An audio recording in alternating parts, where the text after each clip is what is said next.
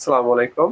পঞ্চম শ্রেণীর শিক্ষার্থী বন্ধুরা, তোমাদের গণিত বইয়ের 104 পৃষ্ঠার দেখো এই সমস্যাগুলো আমি তোমাদেরকে এখন দেখাবো। প্রথমেই 5 নম্বর অঙ্কটা দেখো তোমরা। এখানে বলেছে কি, দেখো অঙ্কটা আমি তোমাদের দেখাচ্ছি। মনোবীজ আকমা বাগান থেকে 10 ডজন কলা সহ একটি কলার কাঁধি পারলো। পেরে দেখলো কাঁধিতে 25% কলা পচা বা নষ্ট। তাহলে ভালো কলার সংখ্যা কত? তাহলে কয় ডজন? 10 ডজন। আমরা লিখতে পারি কি, 1 ডজন। 1 ডজন সমান কতটি? 12টি। 12টি। তাহলে অতএব 10 ডজন সমান 12 গুণ 10টি সমান 120টি। তার মানে 120টি কলা সে পারছে, কারণ 10 ডজন কলা, 10 ডজন 120টি হয়। এখানে বলছে 25% পচা বা নষ্ট। তাহলে আমি বলতে পারি কি, 25% মানে কি, 100টিতে 100টিতে পচা কয়টি? 25টি। ওকে, অতএব একটিতে পচা কত? 25/100টি। অতএব 120টিতে পচা কত হবে?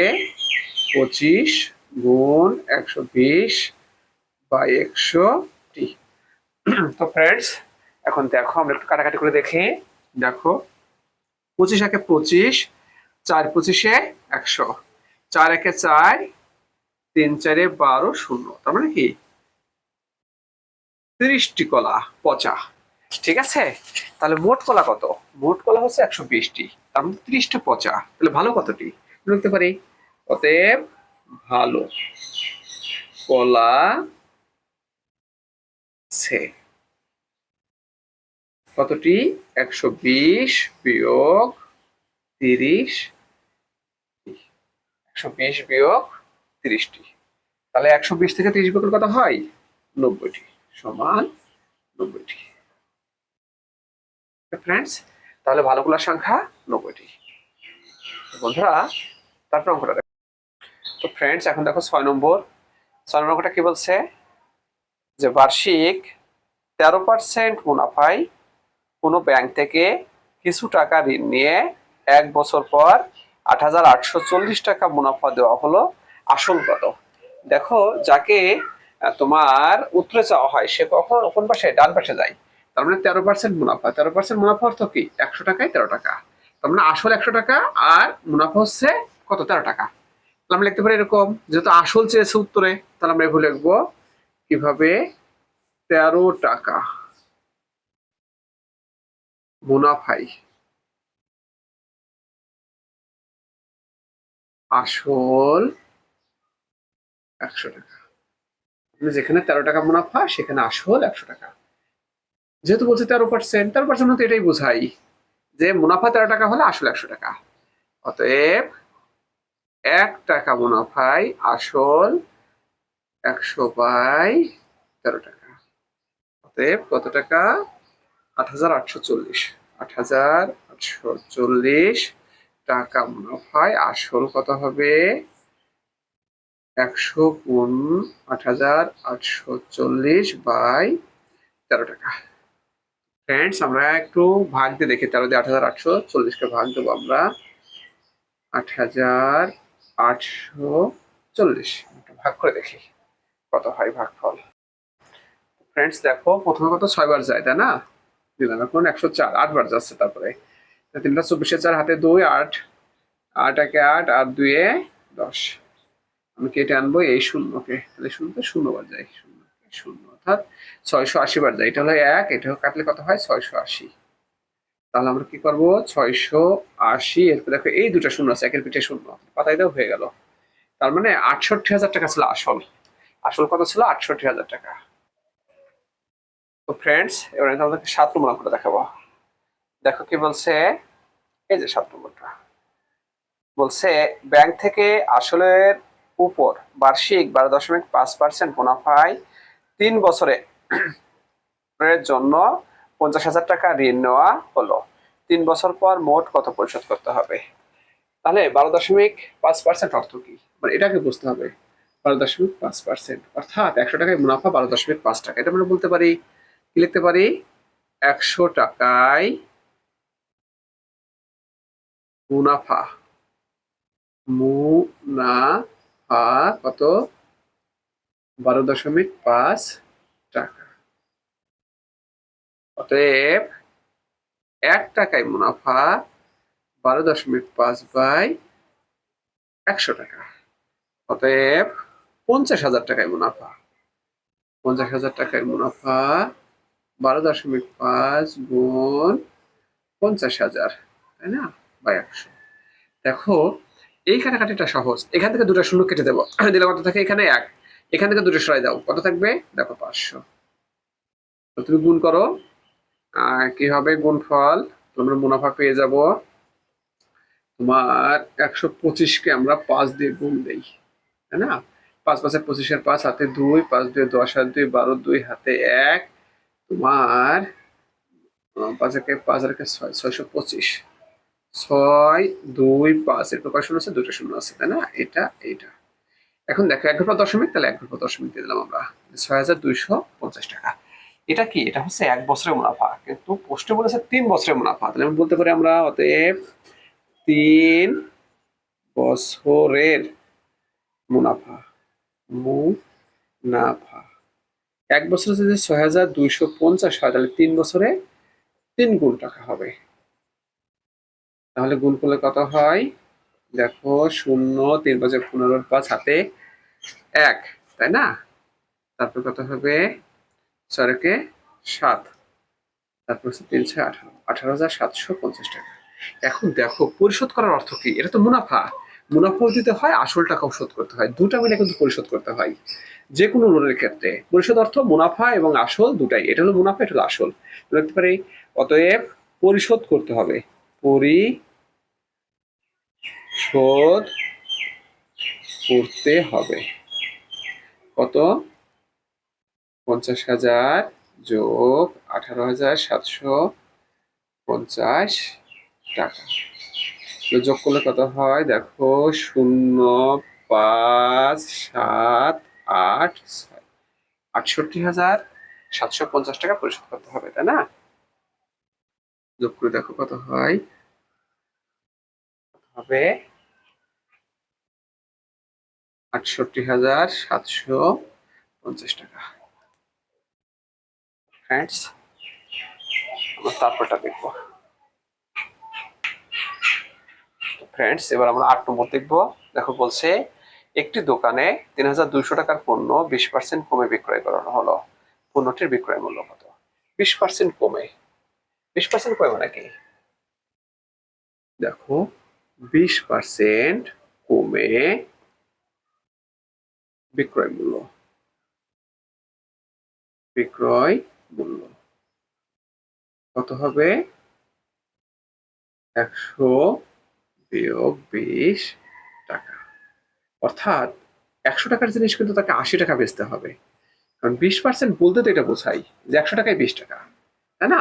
তাহলে 100 টাকার পণ্য 20% কম, 20% কম মানে কি? বিয়োগ 80 টাকা বিক্রি করতে হবে। এখন উত্তরে কি আছে? বিক্রয় মূল্য। তাহলে আমি লিখতে পারি এরকম, লিখবো ক্রয় মূল্য 100 টাকা হইলে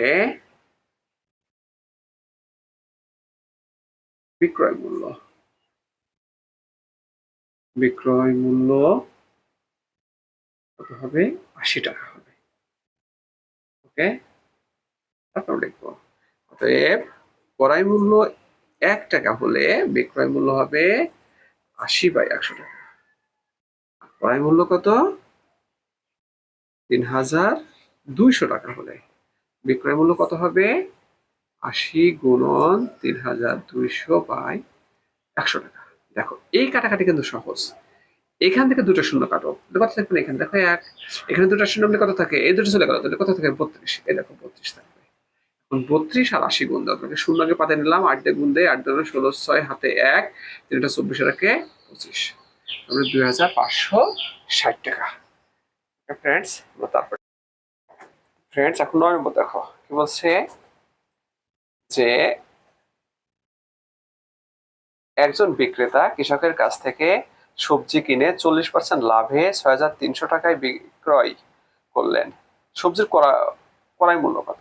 এটা আবার কিন্তু 40% লাভে বিক্রি করছে। তাহলে বলতে পারে কি 40% লাভে বিক্রয় মূল্য, বিক্রয় কত হবে? 100 যোগ 40 টাকা সমান কত হয়? 140 টাকা। দেখো ফ্রেন্ডস, একে কিন্তু আবার এখন বিক্রয় মূল্য পেয়েছি আমরা, আমাদের উত্তর এসেছে ক্রয় মূল্য কত, তাহলে ক্রয় মূল্য কিন্তু এই পাশে আসবে, অর্থাৎ ডান পাশে আসবে। আমরা লিখবো এরকম যে বিক্রয় মূল্য 140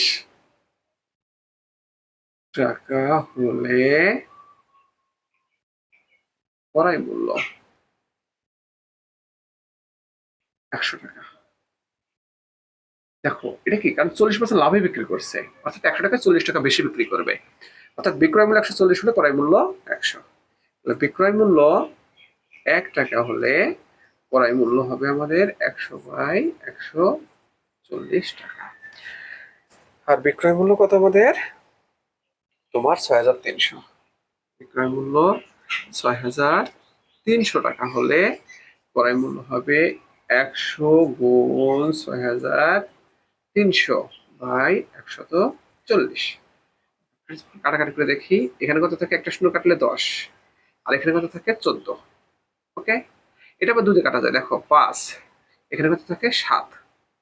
এই দেখো 7 আবার একটা 7 একে 7, 7 নং 63, 0 0। 5 নং কত? 45, 4,500 টাকা। ঠিক আছে, তার মানে এই 6,300 টাকা যেটা বিক্রয় মূল্য ছিল, তার ক্রয় মূল্য হচ্ছে 4,500 টাকা। ফ্রেন্ডস, তারপরে দেখো তোমরা ফ্রেন্ডস, এবার 10 নম্বর দেখো কি বলছে। এই যে 150 টাকায় একটি জিনিস ক্রয় করে কত দামে বিক্রি করলে 30% লাভ হবে? 30% লাভ মানে কি?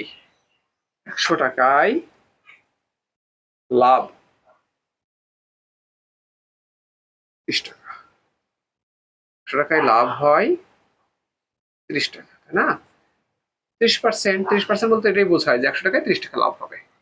আমরা লিখতে পারি অতএব এক সরি গেল টাকায় লাভ হয় 30 টাকা। হ্যাঁ, তো বলতে পারি অতএব 1 টাকায় লাভ হয় 30 বাই 100 টাকা। কত? অতএব 150 টাকায় লাভ হয় কত? 30 গুণন 150 বাই 100 টাকা। দেখো এই কাটাকাটিটা কিন্তু সহজ, এখান থেকে একটা শূন্য কাটো, 15 থাকবে, এখানে কত থাকবে? 10 থাকবে, এখান থেকে কাটো 1 থাকবে, এখানে কত থাকবে? 3 থাকবে। তাহলে 3 15 কত হয়? 45, 45 টাকা লাভ করতে হবে। এখন দেখো উত্তরে কিন্তু চেয়েছে বিক্রয় মূল্য কত। বিক্রয় মূল্য কিভাবে নির্ধারিত হয়? এই ক্রয় মূল্যের সাথে লাভ যোগ করলে কিন্তু বিক্রয় মূল্য হয়ে যায়। অতএব দ্রব্যটির বিক্রয় মূল্য, বিক্রয় মূল্য সমান 150 যোগ 45 টাকা সমান 195 টাকা। অর্থাৎ ক্রয় মূল্যের সাথে লাভ যোগ করলে বিক্রয় মূল্য হয়, নির্ধারণ করা হয়। ফ্রেন্ডস, তারপরটা দেখবো এখন। পরে ফ্রেন্ডস, এবার 11 নম্বর দেখো বলছে উপকূলীয় একটি উপজেলার জনসংখ্যা ছিল 76,350 জন। সমুদ্র উপকূলে পানির উচ্চতা বৃদ্ধির কারণে 4% মানুষ অন্যত্র চলে গেল।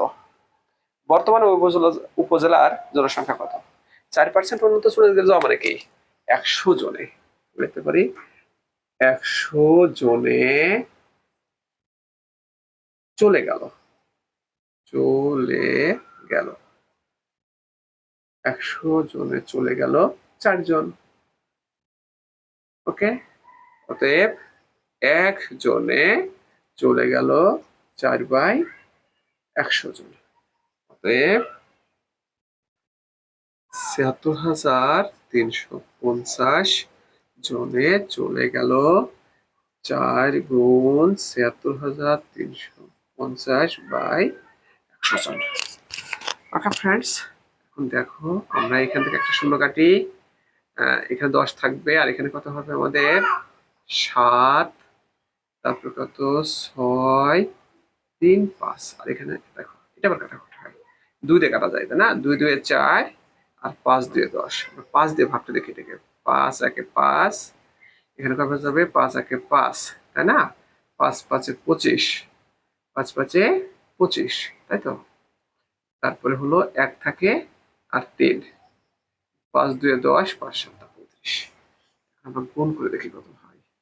হবে হলো 7 2 14, 4 হাতে 1, 2 দিয়ে 4 1 5, তারপরে কত 5 দিয়ে 10 0, হাতে 1, 2 1 2 1 3, এতজন। এটা হলো অন্যত্র চলে গেল আর কি। ঠিক আছে, তাহলে বর্তমান বর্তমান বর্তমান কি চেয়েছে উত্তরে, বর্তমান জনসংখ্যা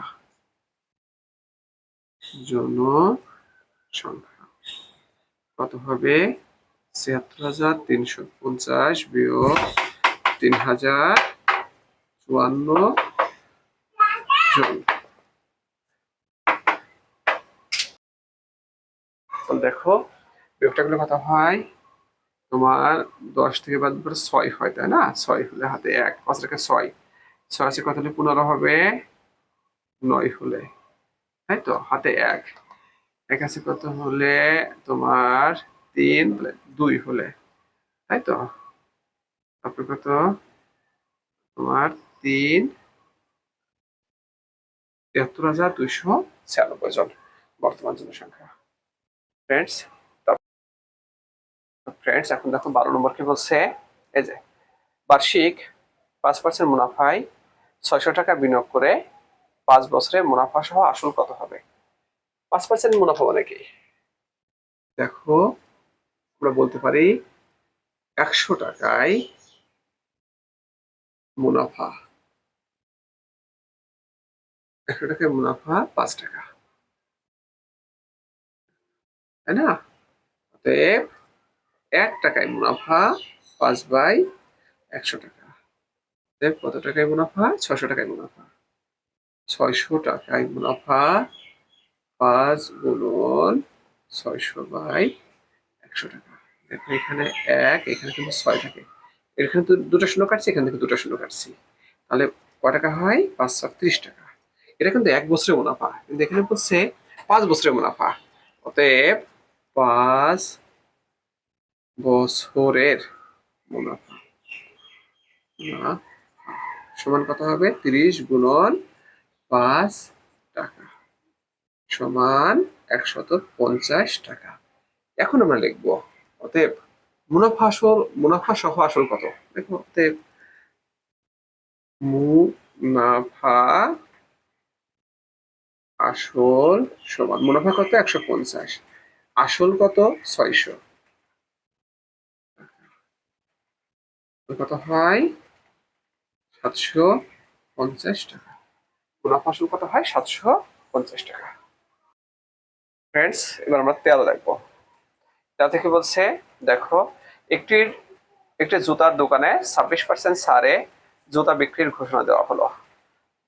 মনোরঞ্জন 2 জোড়া জুতা 2,590 ও 3,108 টাকায় ক্রয় করলেন। বলছে প্রতি জোড়া জুতার প্রকৃত মূল্য কত। আমরা বলতে পারি 26% কমে ক্রয় মূল্য, ক্রয় মূল্য কত হবে, 100 বিয়োগ 26 টাকা, এই হচ্ছে তোমার 74 টাকা, অর্থাৎ 26% কম, 100 টাকার জিনিস 74 টাকায় কিনতে পারবা তুমি, তাই না। তাহলে আমি লিখবো এরকম কি, যে দেখো ক্রয় মূল্য 74 টাকা হলে প্রকৃত মূল্য, প্রকৃত মূল্য প্রকৃত মূল্য কত? 100 টাকা। কারণ 100 টাকার জিনিসই তো আমরা 74 টাকায় পাচ্ছি, আমরা কিনতে পারতেছি। এখন দেখো ক্রয় মূল্য 1 টাকা হলে প্রকৃত মূল্য 100/74 টাকা। আর ক্রয় মূল্য কত? তোমার হচ্ছে 2590। 2590 টাকা হলে প্রকৃত মূল্য হবে 100 × 2590/74 টাকা। এখন আমরা কাটাকাটি করবো, এটাতে ভাগ করে দেখি এটা একবার যায়, দেখি এটা কয়বার যায়। 74 2590 এর ভিতরে ফ্রেন্ডস দেখা যাচ্ছে এটা হচ্ছে কত? পুষা দেখো ভাগ দিচ্ছি 35 বার যাই। 3500 টাকা এটা প্রকৃত মূল্য প্রথম জোড়ার। আমরা দ্বিতীয় জোড়াটাও বের করবো, একইভাবে লিখবো। কিভাবে লিখবো? ক্রয় মূল্য 74 টাকা হলে বিক্রয় মূল্য মূল্য 100 টাকা। ওকে, ক্রয় মূল্য 1 টাকা হলে বিক্রয় মূল্য 100/74 টাকা। ক্রয় মূল্য কত? ক্রয় মূল্য হচ্ছে তোমার 3108। 3108 টাকা হলে বিক্রয় মূল্য হবে 100 গুণ 3108/74। তো এখন আমরা একটু আবার কাটাকাটি করে দেখবো যে কতবার যাই। ঠিক আছে, দেখো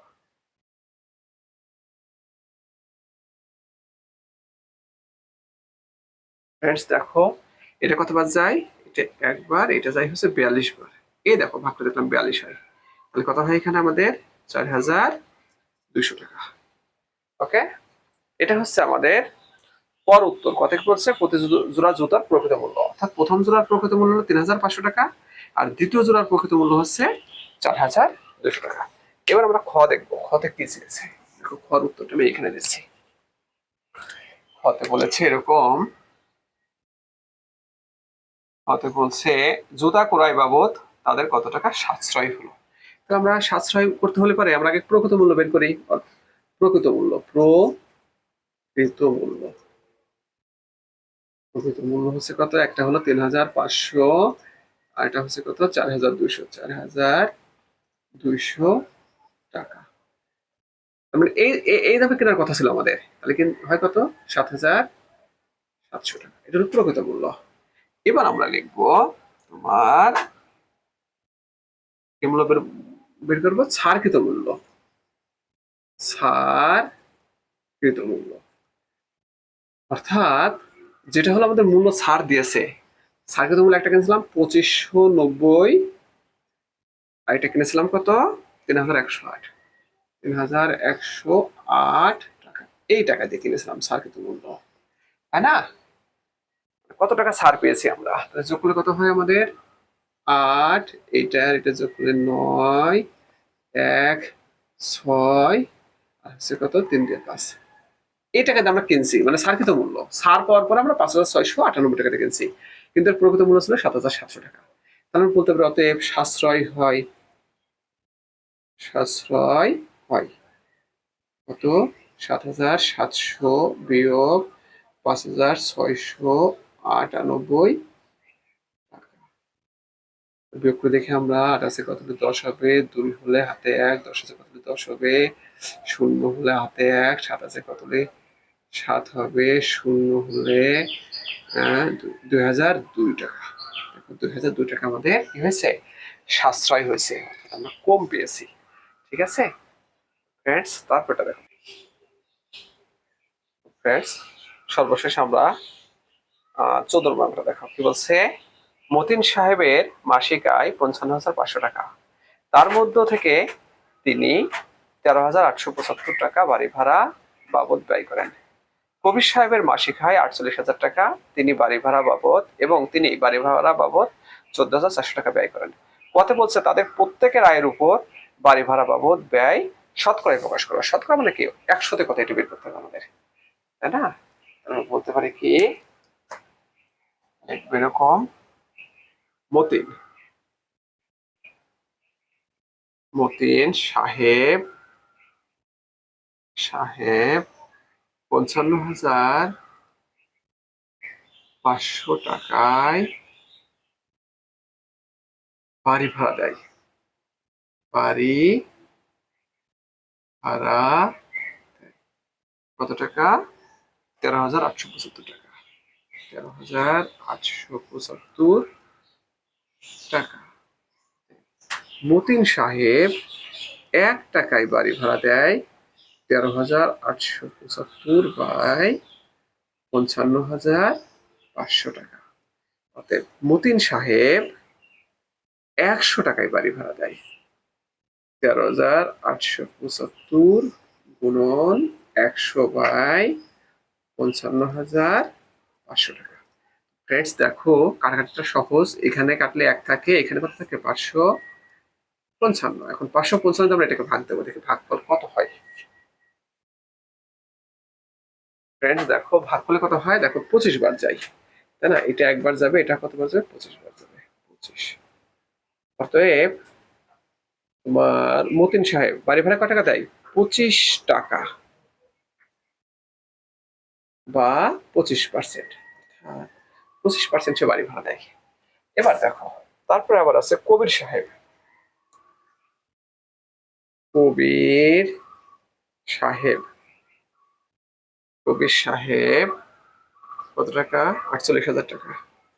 ৪৮,০০০ টাকায় বাড়ি ভাড়া দেয়। ৪৮,০০০ টাকায় বাড়ি ভাড়া দেয় হচ্ছে কত? ১৪,৪০০ টাকা।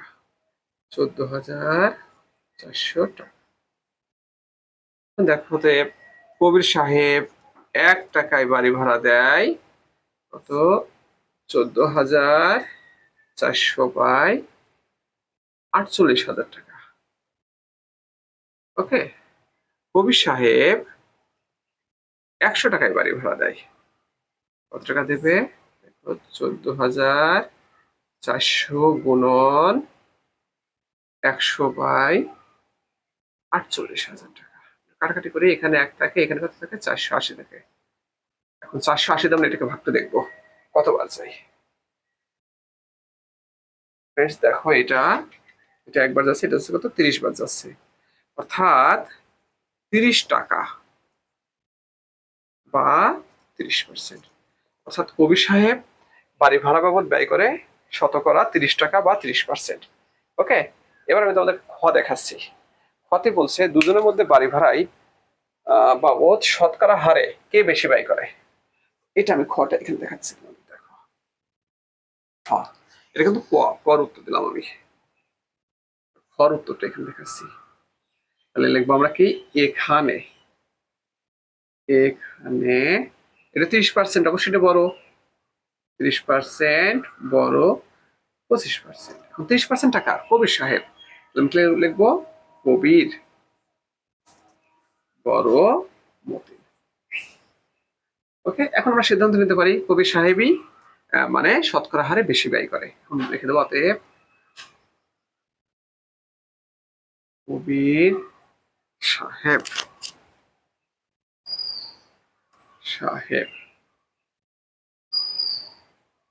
শতকরা হারে বেশি টাকা বাড়ি ভাড়া বাবদ ব্যয় করে। ফ্রেন্ডস, তোমাদেরকে অসংখ্য ধন্যবাদ। আমার এই ক্লাস যদি তোমাদেরকে কোনো রকম উপকার হয় তাহলে তোমরা অনুগ্রহপূর্বক আমার এই ক্লাসটিকে সাবস্ক্রাইব করো এবং লাইক এবং শেয়ার দিও।